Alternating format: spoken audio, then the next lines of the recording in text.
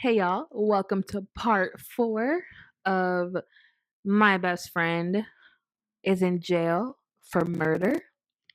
I know we haven't talked about murder yet. I'm getting there, guys. I'm getting there. But I have to build up the plot, okay? You have to know what kind of person this person was before we talk about the crime, okay? This is not a true crime channel. This is a story time, okay? A story time on how she went to jail and the red flags that may or may not have been present before her murder charge. Anyway, if you haven't seen parts 1 through 3, they're up on my channel. Go ahead and watch those before you get into this one. For those who have watched them, welcome. This one is we're going to continue off where we left. So we were talking about Victor and how he called me the next day, all that, yada yada. So, like I said sure, let's talk. We can talk, nothing wrong with talking. Keep in mind I was on a self-induced break from the guy in Georgia and I kind of forgot about him. Like Victor took up all of my free time and I totally forgot about him. And so one day he calls me, the guy from Georgia. He calls me. And I had happened to be on Skype with Victor when the phone call comes through. And I tell Victor, like, oh, this is the guy I was dealing with. We had trauma dumped immediately after we decided to keep talking. So like he knew all of my info and everything I had been through up until this point. Yeah. So anyway, the guy from Georgia calls and he is on the phone and I have it on speaker so Victor can hear it. And the guy is like, "Oh, I'm so sorry for everything. I realize how I've been treating you is wrong." And Victor takes it upon himself to tell him, "Well, she got a new man now, so you can move around with all that." And they get into an argument, and I'm just holding the phone up to Skype while they argue about me. And boy, it was a time. But the guy from Georgia decides, you know what, forget about it. Like, you know what, if you're gonna go be with someone else, I guess that's it. And I wish I could say that he left me alone, but he tried to get me back multiple times throughout my time with Victor. But, I just wasn't going for it because you didn't realize what you had when you had it, and now you're mad. Sorry, boo. Anyway, let's get into my relationship with Victor. That is a whole nother story time, y'all. That I can't even talk about it in this video. We're just gonna be very brief, okay? But I will say the start of our relationship was very interesting. And I don't know if y'all remember the app Kick, but Kick was like a little messaging app, like an instant messenger. And we used that. Like everyone used that when I was in middle and high school. And it kind of was just a way to like chat with friends. Um, Victor had a persona online and a name that he went by like on social media. And I'm not sure if I'm the one who looked for him on Kick or if he found me, but we started talking on Kick. So we would be texting. I finally one day got an iPhone, so we would be talking on iMessage and FaceTiming and talking on Kit, talking on Facebook, talking on Instagram, talking on Twitter. We were talking on every social media platform that existed because we could not get enough of each other. But Kick is the one that was quite interesting. So on Kick, we would talk about just like normal stuff, like what are you gonna eat today, and like normal things. Um, and there were some conversations that probably were not kosher, but he was my boyfriend, like my little long distance boo, and I liked him a lot. I liked him a lot. But one particular day, he and I were talking on the phone. And mind you, we never like really referenced our other conversations ever. Because like we'd be on the phone talking, taking up that space. So there wasn't really a need to reference what we had talked about on Cake or Instagram or whatever. But one day I was talking to him about something on Kick, and he was like, Kick? And I'm like, yeah, I remember like from Kick? And he goes, I haven't been on Kick. I haven't been talking to you on Kick. I'm like, yes, you have. What? He's like, send me the screenshots. So I sent him the messages and the screenshot of the Kick profile, and he's like, that's not me. Yeah. So I ask Tiffany about it, and I'm like, hey, like, this is weird, right? And she's like, yeah, that's really weird. Like, that's strange. Like, who would make a fake account of him? Like, who would do that? And I'm not sure. So I'm asking the account they are, and they're responding to me, and it gets really hostile. But I'm like, I don't know who this is. So the best course of action, obviously, is to block the account. And, you know, I was really concerned because I was just like, who have I been talking to? And is Victor lying to me? Or, who could have, like, it didn't make any sense to me. I was none the wiser. One day, Tiffany's boyfriend, the one who had suggested this friend to me, Victor to me, he sends me a message on Kicking. He was like, I can't hide this from you anymore. I have to be honest. I've got to tell you, like, Tiffany made that fake account, and that was Tiffany behind it the entire time. I was devastated. Devastated. Because like, why would you do something like that? Like, how psychotic do you have to be to do something like that? And, I obviously could not remain her friend because of that, because what's wrong with you? I mean, there could have been things sent that could have ruined my life. Luckily, I am smarter than that. But just imagine if there were, it's just like you don't know. You never know what someone's capable of. And this is also like a thing for anybody out there who has children. Pay attention to what they're doing on social media. Pay attention to their accounts, who they're talking to. Like, people out here are really, really messed up, and they've been messed up since the internet, even before the internet existed. But the internet makes it very easy to hide behind fake and anonymous profiles to do whatever you want to people and get away with it almost instantaneously. So be smart. Bet the apps that your kids are using, even yourself, if you're online dating or whatever, just be very, very, very careful, and don't be so quick to trust anybody or anything. Okay? Okay. So,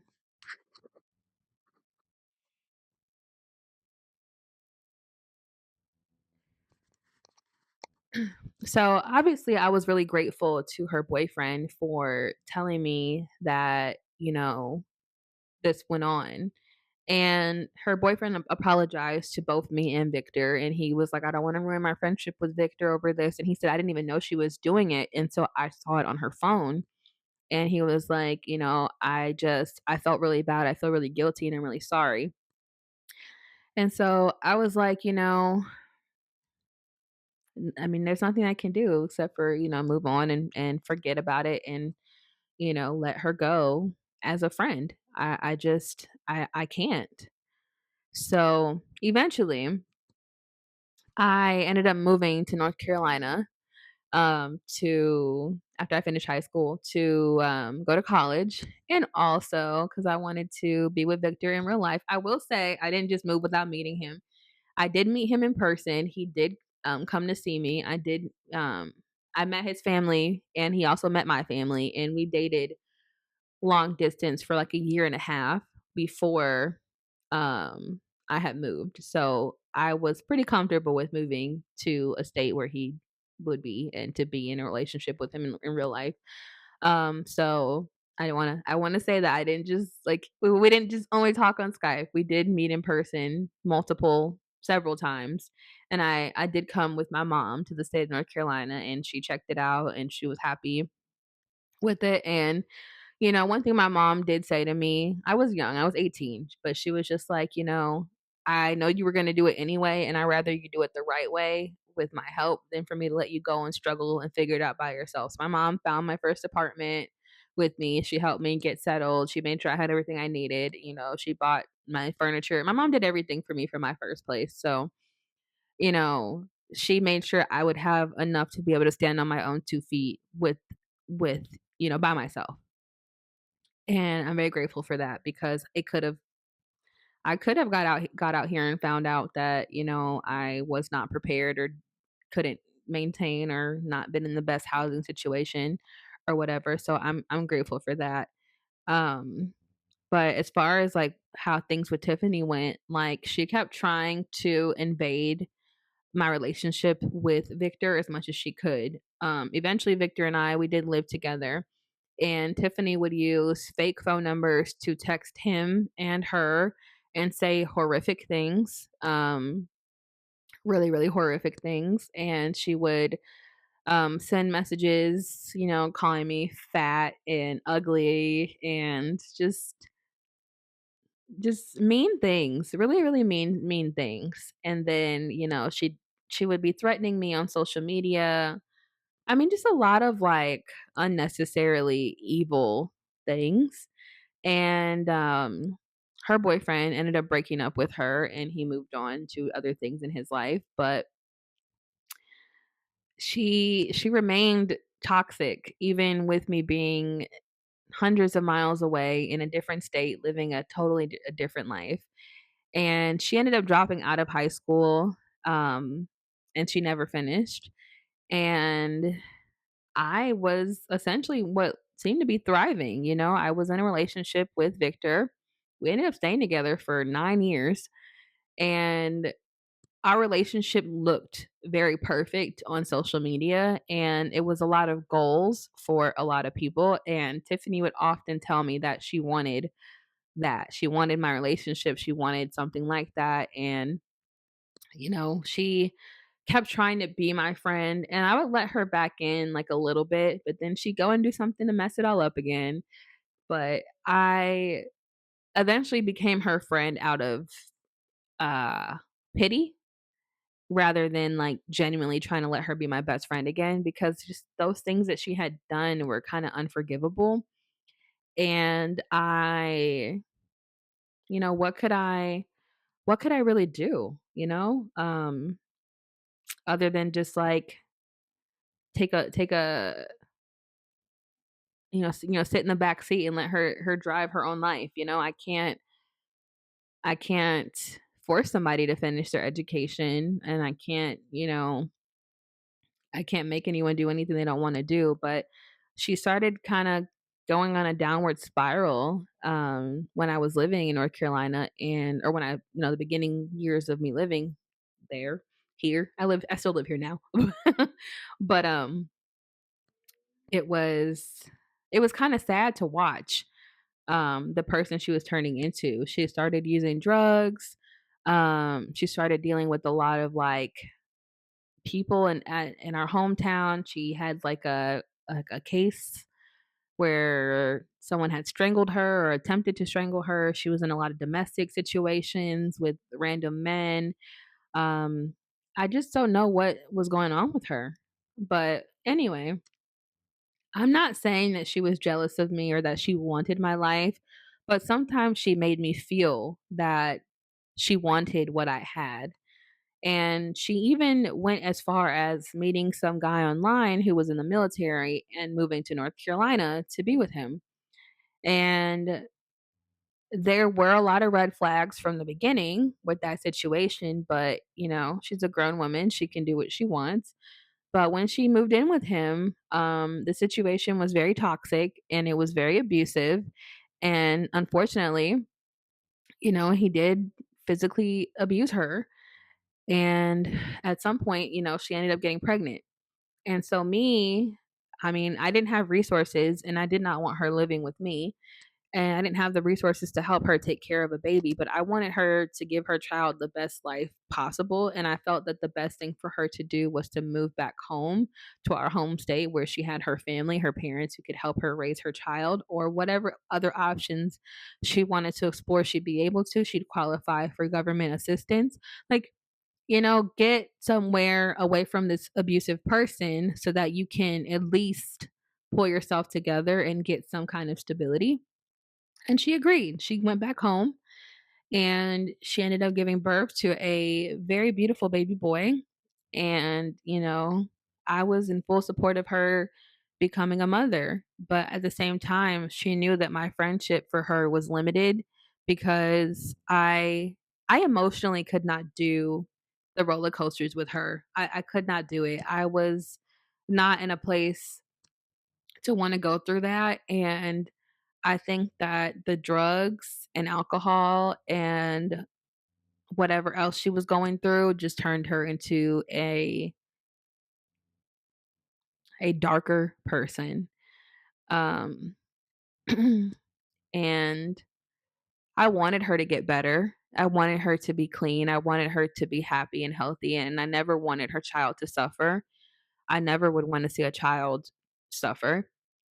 But she turned into um someone who began asking for money all the time. Like she was always constantly messaging me, asking me for money. And not just me, but many people we went to high school with and middle school with, and people, mutual friends that we knew. And it was just a constant thing.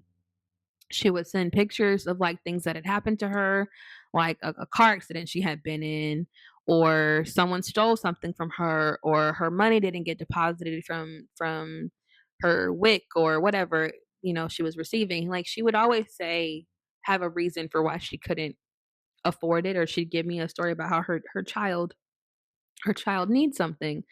And people know that children have a soft spot in my heart. And so like if someone tells me I need something for my child, and like they don't have food, they don't have diapers, whatever, like I'm going to try to help you because I don't want a child to suffer just because their parents aren't able to make ends meet. So I would help her. And even my mom at some point sent money to her on Cash App to try to help her out. Because, this is someone, despite our long and tumultuous history, this is someone that I cared about at some point in life, and I didn't wish anything bad on her despite all the horrible things that she had done. I didn't. Overall, like her behavior was very erratic, and the messages were overwhelming, and I really felt like I just had no choice but to step back because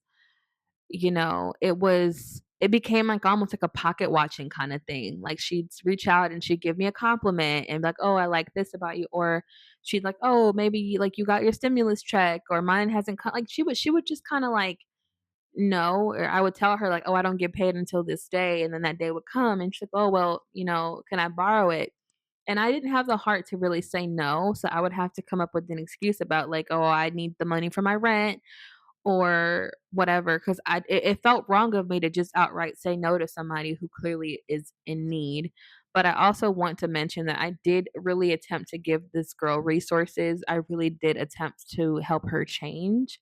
And I did make an effort for her to get the help that she needed, and like to get benefits for her child, and everything. I tried everything that was within my power to be able to help her without draining myself. And, I had to take a step back. I think most people would take a step back. Some people probably never would have talked to her again after all that she has done previously.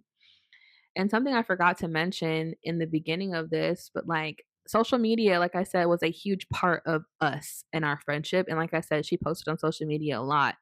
But there were a lot of times where she would post like some secrets I would tell her, like stuff that was very deeply personal to me on social media. So when she was angry at me, she was a very vengeful person. She believed in having the last word. She believed in hurting people as hard as she could. She would say the most hurtful, the most evil things that that a person could say to you. My confidence dropped immensely when I cut all my hair off. I had not even an inch of hair. I cut all of my hair off when I went natural because I had a cousin who was natural and she looked so beautiful with short hair and I'm like, I want to try that. And I was really confident with my cut and then Tiffany tore me down. She tore me down. She told me about how ugly I was and like how nobody would like me anymore. And it's so it's so complicated when you care about a person and you let them do these things to you. And I mean, I would tell her like that hurts me, and I would voice that like you're awful, and I would try really hard to stop the friendship. But again, she knew how to say the right thing. She knew how to get back into good graces every single time. She just knew what to do, and she did it with everyone. It wasn't just me; it was everyone who knew her. And I guarantee you, anybody who knows her can back up my story that that's just how she was. She could be as cold as ice one day and as sweet as pie the next, and you couldn't help but love her or forgive her. You have to literally get tired of her doing these things to you, or you have to finally pick yourself up and get some sense to let her go. And so finally, at that point, I just couldn't take it anymore. This was years and years and years and years and years of toxic cycles. This girl has like a billion and one Facebook and Instagram profiles and Twitter profiles, and she'd make a new one and follow me on the new one. And, I'd block her and I'd unblock her. And if I block her, she'd make a new one. She'd say, I'm sorry. It went on. It went on and on and on and on. And it spanned for all of my teenage years and half of my early 20s. So, it's sad that I let someone like this be in my life for so long, but that's one thing about me that I'm still struggling with to this day is like knowing when to just be done and say goodbye and mean it and stand on it. That is something that's very difficult for me. And it's probably stemming from some childhood trauma or something, who knows, but that's neither here nor there.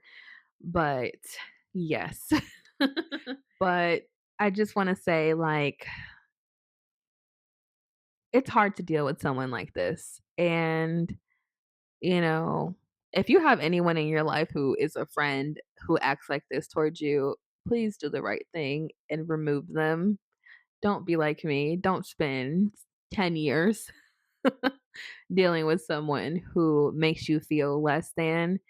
And like honestly, honest to God, she, you know, was very off the rocker on a lot of things. Like she had very large anger spells and when she was on her path of destruction, she didn't care. She did not care what she left behind her. She did not care who she tore down or who she ripped apart. She did not. She just felt like everything was about her, only her. And if you got an apology from her, you know, it came with something. It always does. So, yeah. But anyway, that's it for this part. I will see you guys in the next one. Bye.